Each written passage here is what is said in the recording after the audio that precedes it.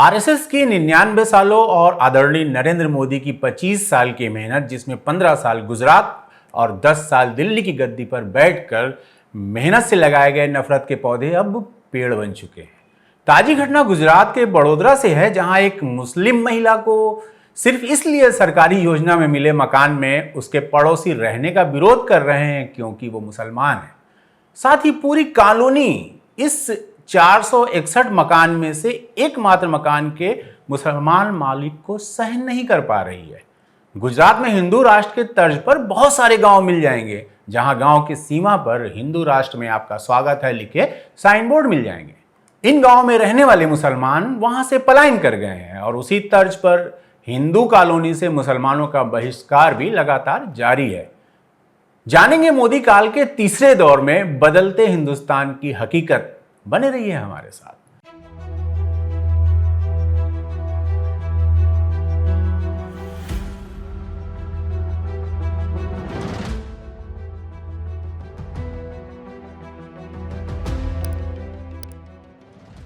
नमस्कार, आदाब। हिंदुस्तान के इतिहास में नफरत की काली स्याही से दर्ज होते मोदी काल के तीसरे चरण में द क्रेडिबल हिस्ट्री आपका स्वागत करता है। दुनिया के सबसे बड़े स्वयंसेवी संगठन राष्ट्रीय स्वयंसेवक संघ, शॉर्ट में बोले तो आरएसएस की स्थापना केशव बलराम हेडगेवार ने आज से तकरीबन 99 साल पहले की थी।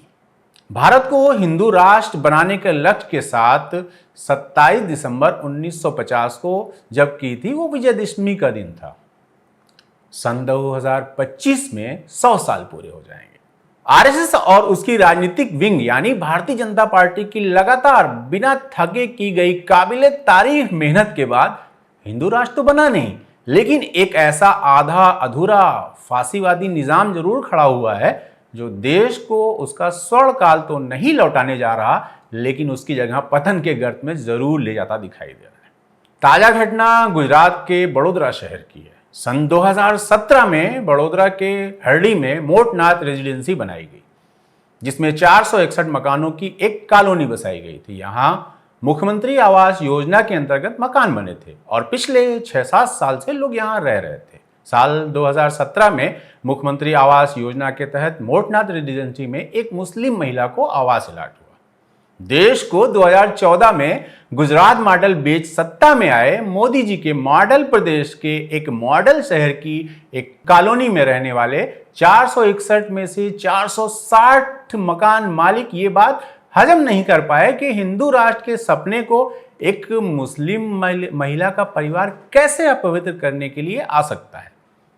वैसे ये विरोध नया नहीं है। इंडियन एक्सप्रेस की रिपोर्ट के मुताबिक इस विरोध की शुरुआत 2020 में हुई थी। तब स्थानीय लोगों ने प्रशासन को पत्र लिखकर मुस्लिम महिला के घर के आवंटन को कैंसिल करने की मांग की थी।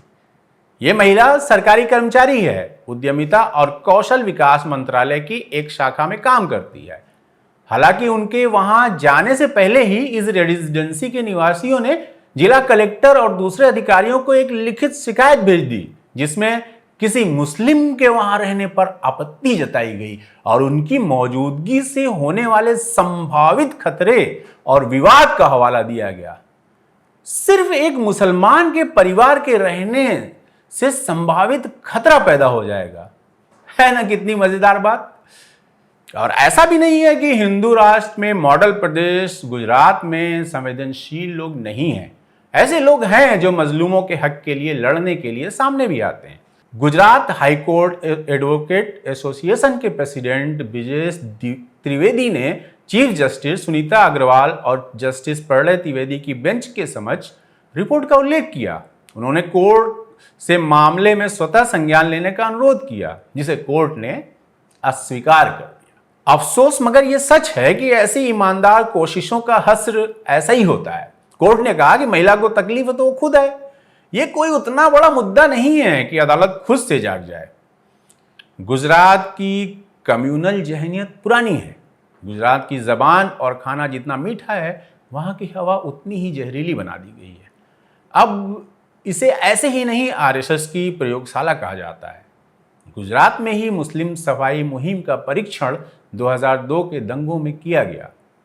थोड़ी बहुत खुशी इस बात की है कि हजारों मुसलमानों के कत्ल के बावजूद वो परीक्षण असफल रहा, लेकिन मोदी युग के शुरुआत की वजह बना। मुसलमान नफरत के रथ पर सवार होकर ये लोग दिल्ली तक पहुंचे और आज भी नीतीश नायडू की बैसाखी के सहारे ही सही दिल्ली के तख्त पर मौजूद हैं। और ऐसा नहीं है कि इस तरह की मुस्लिम बहिष्कार की मुहिम सिर्फ बड़ोदरा या गुजरात के शहरों में मौजूद है। इसके अलावा मौजूद बहुत सारी कॉलोनियों में ये सब हो रहा है। अपनी खुली सोच और आधुनिकता का दावा करने वाले बड़े दिल वाले दिल्ली का भी तकरीबन यही हाल है। आप मुसलमान हो तो हिंदू बहुल कॉलोनी, मोहल्ले, सोसाइटियों में मकान ढूंढना चांद पर पानी खोजने के बराबर है। इसका सबसे बेहतरीन उदाहरण मैं खुद हूं। सन 2016 में मैं दिल्ली आया, शादी होने वाली थी, सरगर्मी के साथ एक फ्लैट ढूंढ रहा था। कोशिश यही थी कि मिक्स आबादी में खुली सोच वालों के बीच मकान मिल जाए। फ्लैट मिलते, पसंद आते, मकान मालिक भी तैयार हो जाता, लेकिन मेरा नाम सुनते ही खामोश हो जाता।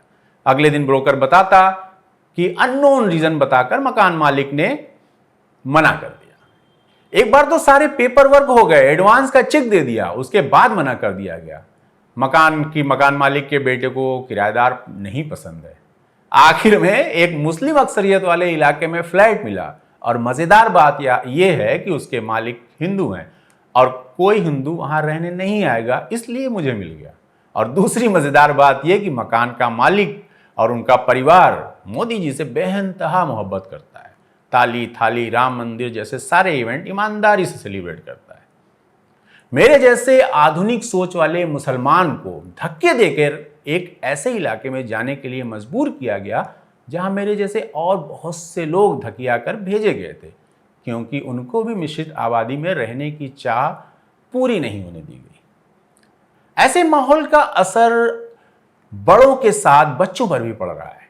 बीबीसी ने मुसलमान बच्चों पर एक डॉक्यूमेंट्री रिपोर्ट बनाई, जहां पर अलग अलग आय वर्ग के मुसलमान बच्चों के आसपास क्या हो रहा है, उसके दिमाग में क्या चल रहा है, इसकी बारीकी से पड़ताल करने की कोशिश की गई है। आप देखेंगे तो दहल जाएंगे। 8-10 साल के बच्चे धर्म और पॉलिटिक्स के नाम पर डर महसूस कर रहे हैं, क्योंकि उनके आसपास के लोग, अध्यापक, बच्चे उन्हें नफरती समाज की सच्चाइयों से इस कच्ची उम्र में ही रूबरू करा दे रहे हैं।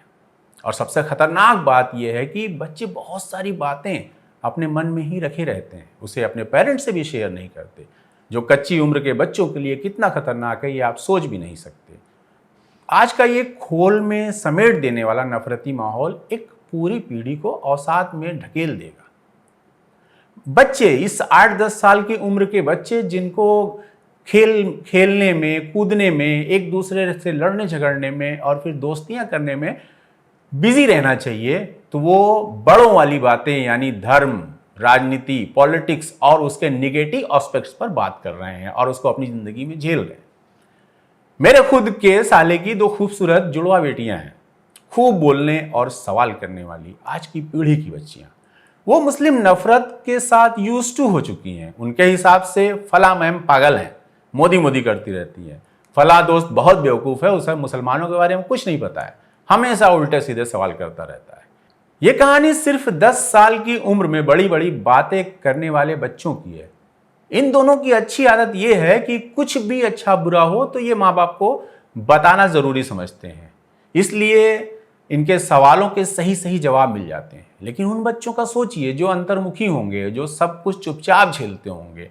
माँ बाप भी नफरत फैलाने वाले अध्यापकों के खिलाफ एक्शन लेने से बचते होंगे, क्योंकि उनको लगता है कि ज़्यादातर जगह ऐसा ही हाल है।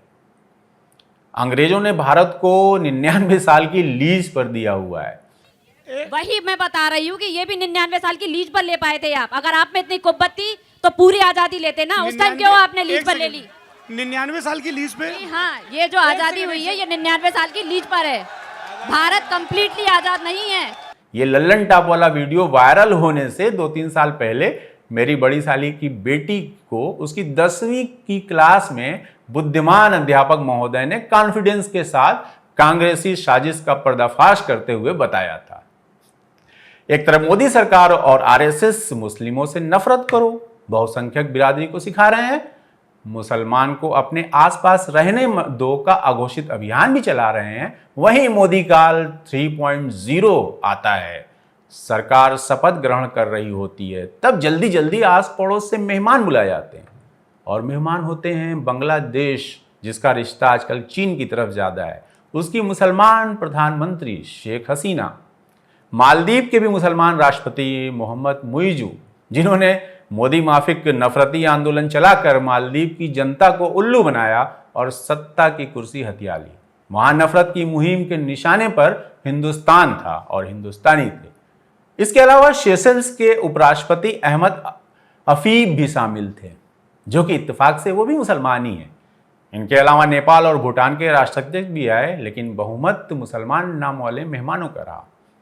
इसके अलावा मोदी जी के रिश्ते खाड़ी के देशों के अमीर शेख बादशाहों से बहुत ही बढ़िया हैं। सऊदी अरब के शहजादे प्रिंस सलमान हो, कतर, यूएई, ओमान के शासक हों, सभी हाईवेट मुसलमान मोदी जी और उनकी सरकार को पसंद हैं। यहाँ तक कि मुसलमानों का सुपर रिच समुदाय बोहरा मुसलमान और उस समाज के गुरु सैयदना मुफद्दुल सैफुद्दीन दाऊदी भी मोदी जी को पसंद है। मुसलमानों के नाम से ही चिढ़ने वाले यूपी के फायर ब्रांड मुख्यमंत्री जनाब योगी आदित्यनाथ लखनऊ में उत्तर प्रदेश का सबसे बड़ा माल खोलने वाले लुलु ग्रुप इंटरनेशनल ब्रांड के मालिक केरल निवासी यूसुफ अली से इलू इलू करने में कोई एतराज नहीं है। न ही इनके सरपरस्त राष्ट्रीय स्वयं संघ के आका लोगों को भी दिक्कत है। लेकिन आम मुसलमानों को निशाने पर रख बहुसंख्यक समाज के नफरतियों को प्लेजर देना पसंदीदा काम इनका है, क्योंकि इसमें दिल्ली की सत्ता के ताले की चाबी मिलती है। लेकिन 140 करोड़ लोगों के दिमाग में रोज नफरत भर भर कर गृह युद्ध जैसा माहौल बनाने में ये लोग कोई कसर नहीं छोड़ रहे हैं। रोजी रोटी की जद्दोजहद के साथ एक अलग जंग इस नफरत भरे माहौल में भी लड़नी पड़ रही है, जिसका सामना मुसलमानों के साथ साथ हिंदू समाज को भी करना पड़ रहा है, जो हिंदुस्तानी लिबरल सोच रखता है। लेकिन सबसे ज्यादा सहमा और डरा हुआ मुसलमान ही है, क्योंकि रोज उसकी पहचान पर हमला हो रहा है। मासूम बच्चे तक बोनसाई के पेड़ जैसे गमले में ही बालिग हो जा रहे हैं। डिप्रेशन के मरीजों की तादाद हर रोज बढ़ रही है। और मजेदार बात, इसके शिकार सिर्फ डरे हुए मुसलमान ही नहीं, बल्कि व्हाट्सएप विश्वविद्यालय से शिक्षा हासिल कर रहे बहुसंख्यक समाज का बहुत बड़ा तबका है, जो नफरत की बारूद पर बैठा है और कभी भी फटकर खुद के साथ अपने परिवार, अपने प्रदेश और अपने देश का सत्यानाश कर सकता है। हर घर में एक दो बिना इमोशन वाले ज़ॉम्बी आपको मिल जाएंगे। इनमें सिर्फ बेरोजगार और अशिक्षित नहीं है, बल्कि पढ़े लिखे, समझदार, नौकरी पेशा और बिजनेस वाले भी हैं। उम्मीद है कि सरकार को चलाने में मदद कर रही नीतीश और नायडू नाम की बैसाखियां समय समय पर अपने होने का एहसास दिलाकर इन्हें काबू में कर लेगी, वरना बड़ोदरा जैसी कहानियां रोज सुनाई देगी। अभी तो अपवाद भी है कि कुछ दोस्तों को यहाँ वहाँ मकान मिले हुए हैं, कल को कंसंट्रेशन कैंप जैसे हालात बन जाएंगे, जो इस यहूदियों के लिए जर्मन में हिटलर ने बनाए थे। ये सोच कितनी डरावनी है। और दुआ करें कि अगर कोई ताकत है जो इंसानों की भलाई के लिए जिम्मेदार है, तो वो सत्ता के लिए देश के अमन, सुकून और चैन को गारत करने वाले इन बेलगाम लोगों के दिल में मोहब्बत की लौ जला दे। आमीन। और ये जमीन पर मुमकिन है। जैसे लोकसभा के चुनाव में जनता ने फांसीवाद के हिंदुस्तानी वर्जन को धूल चटाकर एहसास दिलाया कि हिटलर की जर्मनी और गांधी के हिंदुस्तान में बेसिक फर्क यही है, यहाँ आर्यन नस्ल की श्रेष्ठता की सस्ती कापी नहीं बिकेगी। ये बात और है कि जनता ने धूल पूरी तरह चटा दी होती तो क्या बात होती। खैर, इस बार नहीं तो अगली बार सही। जाते जाते एक अपील करूंगा कि आप सब कोशिश कीजिए कि आपके आसपास दूसरे धर्म, जाति, समुदाय के पड़ोसी बसें, एक दूसरे के करीब आएं, एक दूसरे के कल्चर, रीति रिवाज, धर्म को समझने की कोशिश करें।